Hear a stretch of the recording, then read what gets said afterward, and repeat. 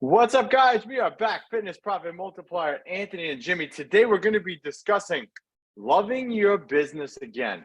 And I love this topic because I feel like it's very, very true. You go through kind of stints in your business where it's like you hate it sometimes. And it's just being honest. Like sometimes you actually do hate your business. There's times when you kind of like despise things and you're like, maybe you have an employee who's a kind of a pain in the ass and you don't want to deal with them, or you have some clients that are a pain in the ass, or you're dealing with issues at the gym and you're just annoyed at certain things and you start to hate the gym. So we're going to teach you guys how to love your gym at all times, how you're going to love everything about your gym. So I like this topic, Jimmy, because I feel like right now I'm going through kind of like a little period where I'm like, I don't want to be bothered with this. Right. Yeah. And it's funny because you have to look at things from a perspective of why you got into the gym industry in the first place and what you actually tried to do.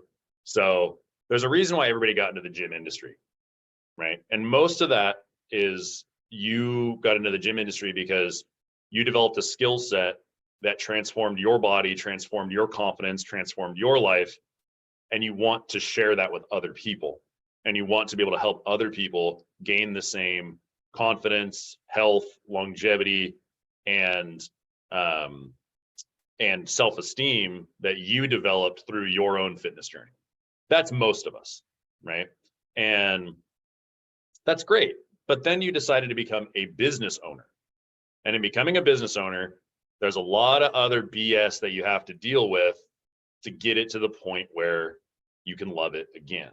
And there's ways in which we can do that. So Anthony, what are some of the things, just for we can kind of make this more of a conversation kind of episode here. What are some of the things that you hate about your gym? Like that you don't like? I hate, and I know where you're going with this. This is good. I hate, and I'm sure a lot of you can relate to that, dealing with issues. Like, and I don't mind putting out fires sometimes when they come up, but like, I hate dealing with stupidity, like stupid issues. I'm trying to think of like something that happened the other day that I could like use. Like just people canceling. I hate dealing with that and getting on the phone with that. I hate like people's complaints when the complaints are nonsensical.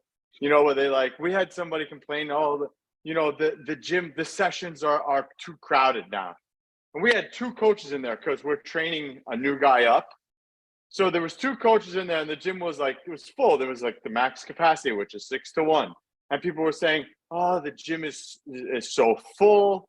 It's like, there's two coaches in there. You're good. But it's just like that, like things like that, I can't stand. Right. And for me, it's like back end administrative work, right? I really hate that. Getting into, we use Zen Planner. I like Zen Planner. This is kind of a little bit of a plug for Zen Planner. Little bit complicated when you're trying to open two facilities, I've learned, but I like their software. I just don't like getting in there. I also don't like getting into our CRM, right? And modifying things in there. I built that skill set and understand how to do it. Don't like doing it though. But one of the cool things about the things that you don't like in your facility, you don't have to do them forever, which is cool. And to Anthony's point, one of the things about dealing with cancellations, dealing with client complaints, that kind of stuff, you don't necessarily have to deal with those things at all. When you're removed from the gym and you are the owner, you can decide when you come in to the gym, or if you come into the gym. You can decide, once it's fully managed, you can decide what you actually want your input to be. Because if you have a manager, somebody who you're paying to deal with these problems, that's trained up to deal with these problems and knows that's part of their role, they take care of the things that you don't like. So when we look at a gym and we look at growing a gym, in the beginning, you have to do a ton of things you don't like to do. And you can determine what those things are that you like to do or don't like to do. We had an episode last week about time blocking, or maybe it was the week before, about time blocking. Time block those things and put a note next to them. Do you like doing those things? Do you not like doing those things? We can always factor in the hourly rate as it exists, right? What is the hourly rate of these tasks? But one of those tasks may have more value to you emotionally than a different one. So if you like writing training programs, you can keep writing training programs. If you like coaching sessions, you can still coach some sessions. If you don't like administrative tasks and you don't like dealing with client complaints, that's what you have a manager for. That's what you have an administrator for. And you can offload those tasks and delegate them properly so that you don't have to do any of the things you don't want to do in your business. You have the freedom, you have the control over what it is you want to do or don't want to do. Sometimes I'm opening another facility right now, and I'm coaching a little bit because we're getting it off the ground. And I realize if I have the right client, I still really like coaching. Coaching is fun, right? But in the grand scheme of things, you can't coach all the sessions, but you can still coach some of them once you get your business to the level where you need it to get to. So you need to spend a couple of years doing things you don't like. It takes a couple of years to get this thing rolling. But once you get it rolling, 30, 40, 50K a month, you can farm out every task you don't like and start to love your gym again. Start to love your gym again. So long and short of it. Yeah, and you know, you got to pick and choose those things that you should delegate and get rid of. You know, like for me, again, too, like cleaning the bathroom. You know, I also at the stage in my career, I don't want to be a trainer anymore.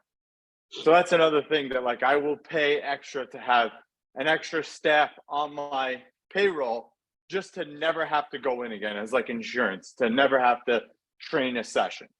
You know, like things like that. So you have to, like Jimmy says, if you focus on the activities that you love, you're going to love going to work every day. I like making content. So for me, that's like my wheelhouse. I like making content. I like making things to educate people, you know, as a mass market, not necessarily sitting down with one client and talking to them, but like a blanket thing to get more clients in. So that's my wheelhouse. That's where I kind of stay. That helps to bring more sales. That helps to keep my salesperson busy. You know, maybe you're on the opposite side of it where you hate the sales portion of it, or you hate the marketing portion of it, but you like the sale. You know, you get, this is the beautiful thing about the soul is that you get to pick and choose what you want to do and what you don't want to do. But listen, in the beginning, you have to do everything. But there's a time and place to start farming that stuff out so you can improve the quality of your life. A lot of people talk about profit.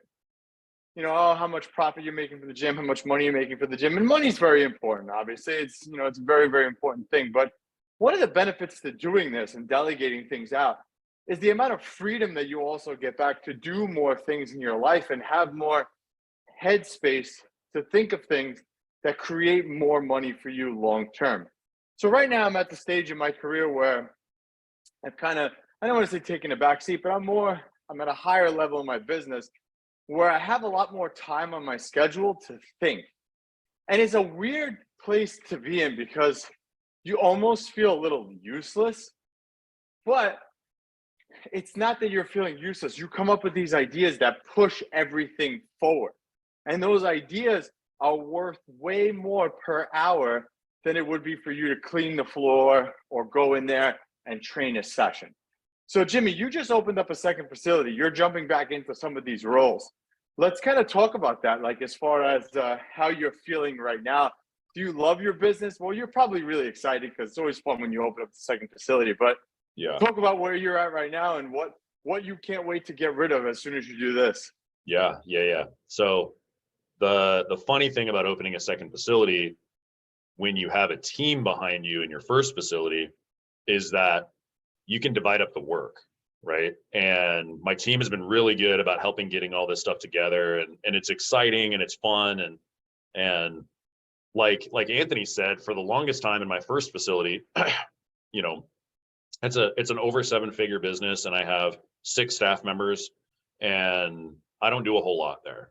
So for about a year and a half, I felt that useless feeling where I'm not really needed. I just kind of think and just do some stuff. So the cool thing about opening a second facility is I have that fire and that passion again for growing something and putting it together and getting myself to the point where I am useless again. So that's really the feeling where I'm at with it. The things that I can't wait to get rid of are the things that I'm already getting rid of. So opening a new facility, you need administrative help. So the couple of clients that we've signed up, I have done the administrative work on the back end for each one of those clients because my staff is working on the administrative work and all the work at the current facility. So I'm talking with my manager about how we can get that off my plate like next week, right? And so we're training up one of our other staff members to be able to handle the administrative components of the gym so that after I sell a session in the new space, they take care of the administrative components afterward. Because I'm already wanting to get rid of it. I've done 2 clients administrative work. The other couple of clients that we signed up this week, my staff did the administrative work on. But I'm already getting rid of the administrative work here. I've already gotten rid of the cleaning here, right? So those are the 2 things that I give up right away. And the training is the next thing that I'm giving up. So next week we have our staff coming in here to train the sessions of the people that we've sold. And I have booked meetings for sales because sales is the seat that I need to be in. So, and I like it, right? I like the sales component. So it's interesting when you start to grow the next facility because you're excited about it. It's all great and cool. And you get to, oh yeah, I closed another client. We're going to train another person. You're setting up all the equipment. It's cool. Closing a deal is cool. Looking at it and getting it done is cool. The paint on the walls, the equipment coming in, all that stuff's cool and exciting. And then you get to the point where you got to get on the computer and type in addresses and billing information and send welcome cards and do all this stuff, this onboarding stuff. And you're like, this kind of sucks and I hate doing it. But you did it for so long when you opened your first facility. They're like, I know how to do it, but it sucks. So the lesson that I learned is delegate that stuff fast. The faster you can get rid of it, the faster you can grow too. Because if you're in your zone of genius and you're doing those things you love to do, you'll continue to do them and enjoy the process. Whereas if you're doing the things you hate, you're not going to be as happy or excited about it. Couldn't agree more, my friend. If you guys want help with any of this, just make sure you click the links below and book your free business diagnosis call with us. And we can hop on the phone and go in depth on what we need to do to get you and your gym to a place where you love doing it every day. Until next time, Anthony and Jimmy, we are out.